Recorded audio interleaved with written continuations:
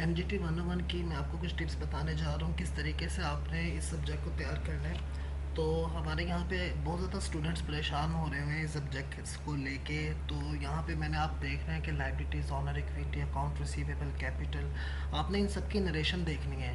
आया कि ये डेबिट होते हैं तो किस टाइम होते हैं, क्रेडिट होते हैं तो किस टाइम होते हैं, लायबिलिटीज़ होती क्या है, ऑनर इक्विटी क्या होती है, रिसीवेबल डेटर क्या होता है, इन सब की डेफिनेशंस और इनकी टाइप्स, जैसे एसिड्स क्या होते हैं उनकी टाइप्स। ठीक है। दूसरी चीज़ हमारे पास आती है डेबिट क्रेडिट के रूल्स।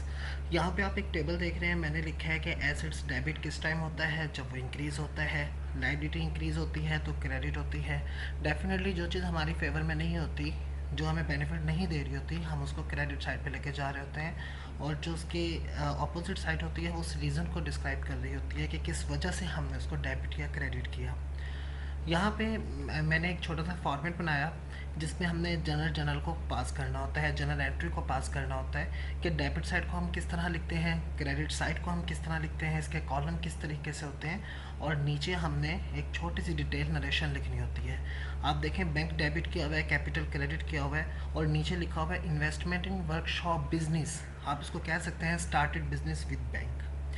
उसके बाद लेजर्स की तरफ अगर हम चाहते हैं तो लेजर की थोड़ी सी डेफिनेशन मैंने लिखी है कि बेसिकली लेजर होता क्या है। हमने जनरल बनाया, उसमें जितने अकाउंट्स हैं, एक ख़ास अकाउंट से रिलेटेड जितना डाटा है हमने उसको एक ख़ास स्पेसिफिक एक फॉर्मेट में हमने उसको लिखा, जिसको हम कहते हैं लेजर। एक डेबिट बैलेंस, एक क्रेडिट बैलेंस, और फिर उसमें से हमने अपना balance carry down, brought down को फाइंड आउट करना होता है। वो जो हमारा बैलेंस निकलता है, हर अकाउंट के दो बैलेंस होते हैं, या तो वो डेबिट बैलेंस हो सकता है या वो क्रेडिट बैलेंस हो सकता है। डेबिट बैलेंस होगा तो हम उसको डेबिट में शिफ्ट कर देते हैं, क्रेडिट बैलेंस होगा हम उसको क्रेडिट में शिफ्ट कर देते हैं, और इनका आपस में क्या होता है, जो टोटल होता है वो इक्वल आता है। पेपर में वो आपको पूरा बनाने के लिए नहीं देगा कि पहले जनरल बनाओ, फिर जनरल एंट्रीज, फिर लेजर, फिर ट्रायल बैलेंस।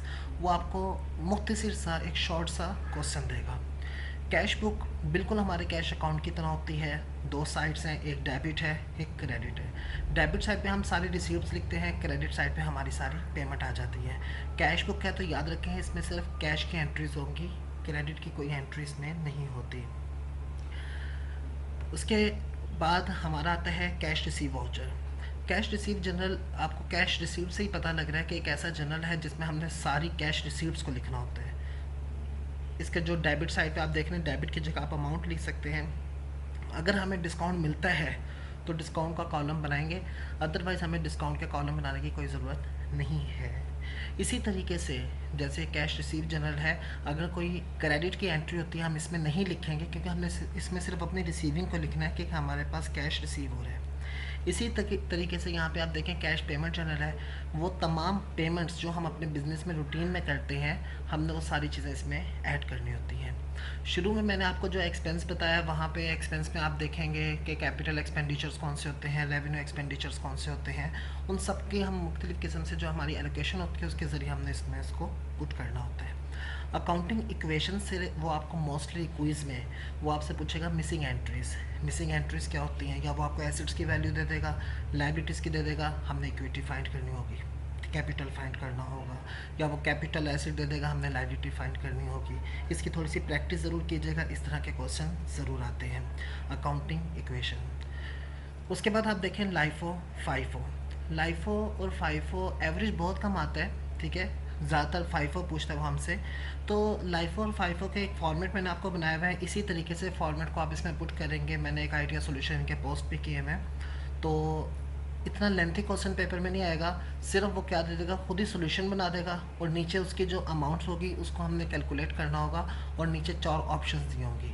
मसाल के तौर पे उसने खुद ही बैलेंस भी लिख दिया, उसने रिसीट भी कर दिए, उसने इशू भी कर दिए, और उसने एंड पे बता दिया कि हमारे पास कितना स्टॉक पड़ा है या कितनी वैल्यू का स्टॉक पड़ा है। नीचे हमारे पास क्या होती हैं, हेडिंग्स होती हैं। हमने उस हेडिंग्स में देखना होता है, जो हमारे ऑप्शंस होते हैं उन ऑप्शंस में देखना होता है कि हमारे पास कौन सी वैल्यू सही है, वही हमारा आंसर होता है। तो लाइफ ऑफ फाइफो में से मोस्टली क्विज में पूछते हैं। उसके बाद हमारे पास आता है डेप्रिसिएशन, एसेट्स की वैल्यू में जो कमी होती है उनको यूज़ करने की वजह से, तो उसको हमने कैलकुलेट करना होता है। तो स्ट्रेट लाइन मेथड को आप देखो, नीचे इसकी कैलकुलेशन छोटी सी हुई है, 4500 इसकी एनुअल डेप्रिसिएशन निकली है, और उसके बाद हम इसकी अकोमोलेटेड डेप्रिसिएशन निकाल के हमने इसमें से बुक वैल्यू फाइंड करनी है।